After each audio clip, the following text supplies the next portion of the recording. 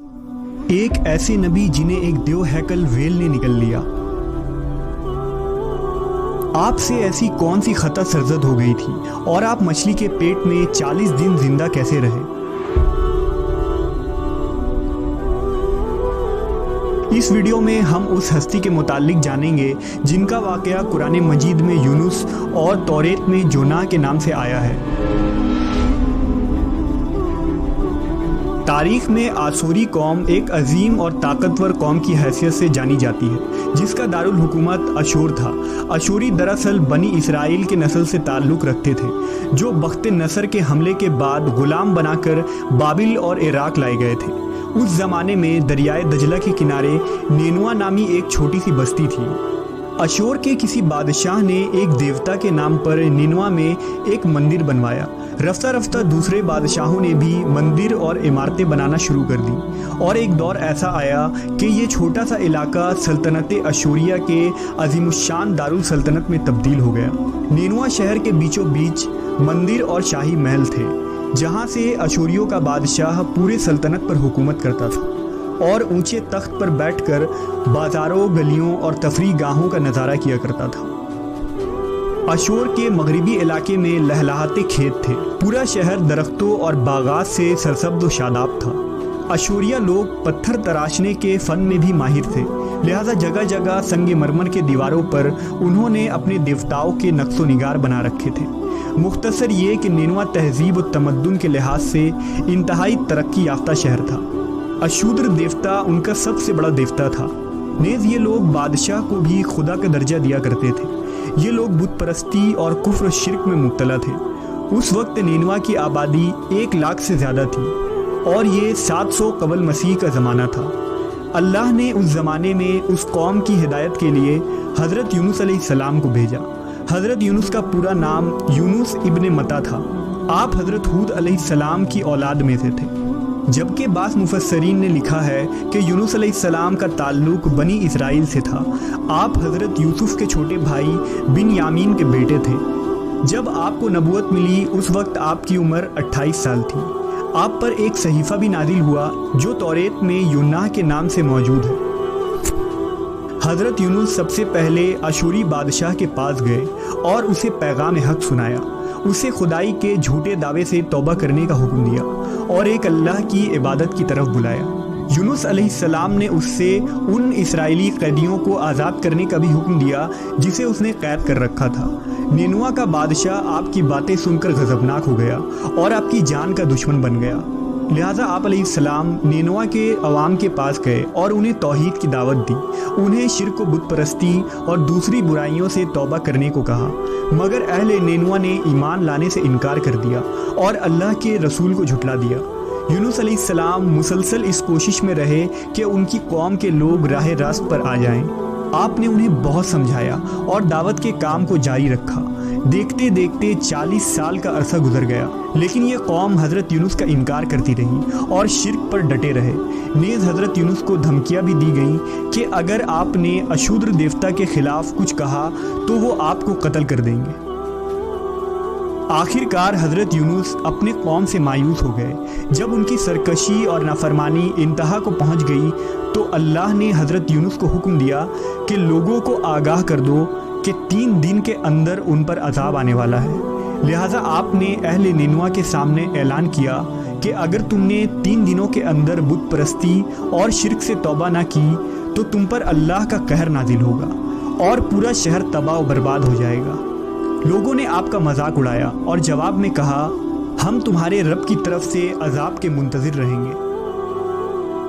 آپ کی قوم نے آپس میں مشورہ کیا تو اس بات پر سب کا اتفاق ہوا کہ یونس کو کبھی جھوٹ بولتے نہیں دیکھا گیا، لہٰذا ان کی بات نظر انداز نہیں کرنی چاہیے۔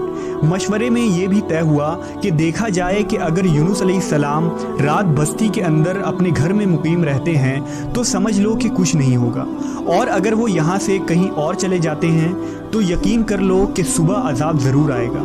حضرت یونس علیہ السلام رات کو اس بستی سے نکل گئے۔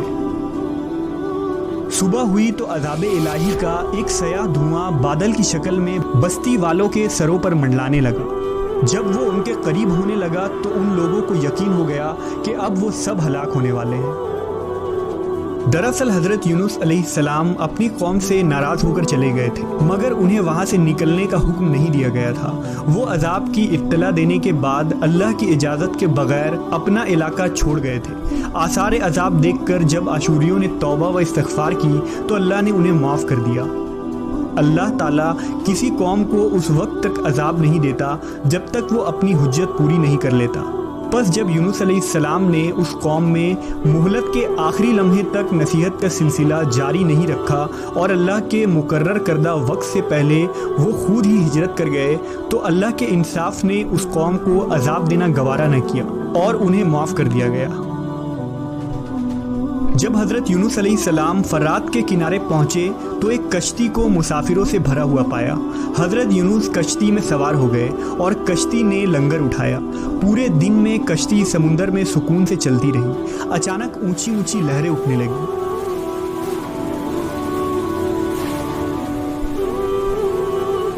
लोगों ने अपना साजो सामान समुंदर में फेंक दिया कि कश्ती का बोझ कम हो जाए, लेकिन कश्ती का बोझ फिर भी कम न हुआ। जब कश्ती डगमगाने लगी तो कश्ती के गर्क होने का यकीन होने लगा। अहले कश्ती ने अपने अकीदे के मुताबिक कहा कि ऐसा मालूम होता है कि इस कश्ती में कोई गुलाम अपने आका से भागा हुआ है। जब तक उसको इस कश्ती से अलग न किया जाएगा निजात मुश्किल है। यूनुस अलैहिस्सलाम ने सुना तो उनको तंबीह हुआ कि अल्लाह को मेरा निनवा से वही का इंतज़ार किए बगैर इस तरह चले आना पसंद ना आया और ये मेरी आजमाइश के आसार हैं।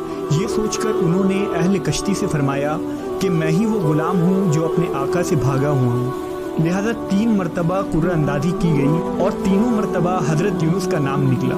तब मजबूर होकर उन्होंने हज़रत यूनुस को दरिया में डाल दिया।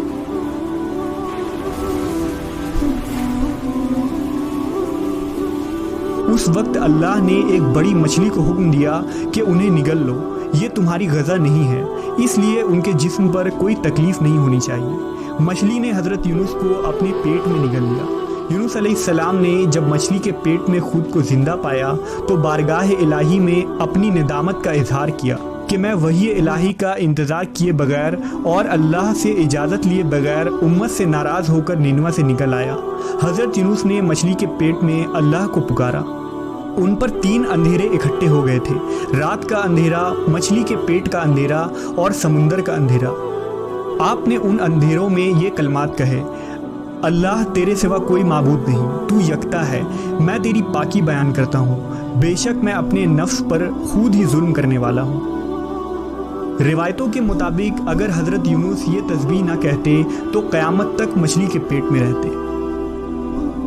रसूल अल्लाह सल्लल्लाहु अलैहि वसल्लम ने फरमाया कि जब यूनुस ने यह दुआ की तो ये कलमात अर्श के गिर्द घूमने लगी। फरिश्ते कहने लगे कि ये बहुत दूर दराज जगह से आवाज़ आ रही है, लेकिन कान उससे पहले इससे आशना ज़रूर है और आवाज़ बहुत ही कमज़ोर है।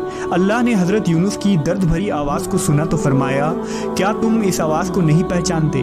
उन्होंने कहा नहीं।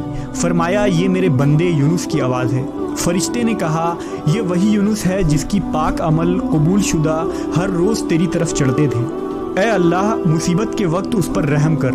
तो उस वक्त अल्लाह ने मछली को हुक्म दिया कि वो आपको बगैर किसी तकलीफ़ के समुंदर के किनारे उगल दे। रिवायतों के मुताबिक यूनुस अलैहिस्सलाम 40 दिन उस मछली के पेट में रहे और उसके बाद अल्लाह के हुक्म से उस मछली ने आपको समुंदर के किनारे उगल दिया। मछली के पेट में रहने की वजह से आपका जिस्म ऐसा हो गया था जैसे कि परिंदा का पैदाशुदा बच्चा जिसका जिस्म नरम होता है और जिस्म पर बाल तक नहीं थे। गर्ज हज़रत यूनुस बहुत ही कमज़ोर और नातवा हालत में खुश्की पर डाल दिए गए थे। इसके बाद अल्लाह ने समुंदर के किनारे पर एक बेलदार दरख्त उगाया। रिवायतों के मुताबिक वो कद्दू का पौधा था जिसके ज़रिया हज़रत यूनुस अलैहिस्सलाम पर साया हो गया। इसके अलावा अल्लाह ने एक जंगली बकरी भेज दी जो ज़मीन की घास और जड़ी बूटियाँ खाती थी और सुबह व शाम आपको दूध पिलाती थी, यहाँ तक कि आप तंदुरुस्त हो गए। हज़रत यूनुस दरख्त के उस साए में झोपड़ी बनाकर रहने लगे। यूनुस अलैहिस्सलाम की कौम उन्हें तलाश करती हुई एक दिन उस साहिल के किनारे पहुँच गई और उन्होंने आपको देख लिया। उन्होंने आपके हाथ पर इस्लाम की बैत कर ली और साथ ही अल्लाह से तौबा व इस्तिग़फ़ार करने लगे। यूनुस अलैहिस्सलाम दोबारा निनवा चले गए और वहाँ रहकर अपनी कौम की रहनुमाई फरमाई। حضرت یونس کی زندگی نینوا ہی میں گزری اور وہیں آپ کا انتقال ہوا۔ اس قصے سے ہمیں یہ سبق ملتا ہے کہ کسی بھی حال میں اللہ کی رحمت سے مایوس نہیں ہونا چاہیے اور نہ ہی ہدایت کے معاملے میں اپنی ذات پر بھروسہ کرنا چاہیے۔ ہدایت تو بس اللہ ہی کی طرف سے ہے، ہمارے ذمے بس پیغام حق پہنچانا ہے۔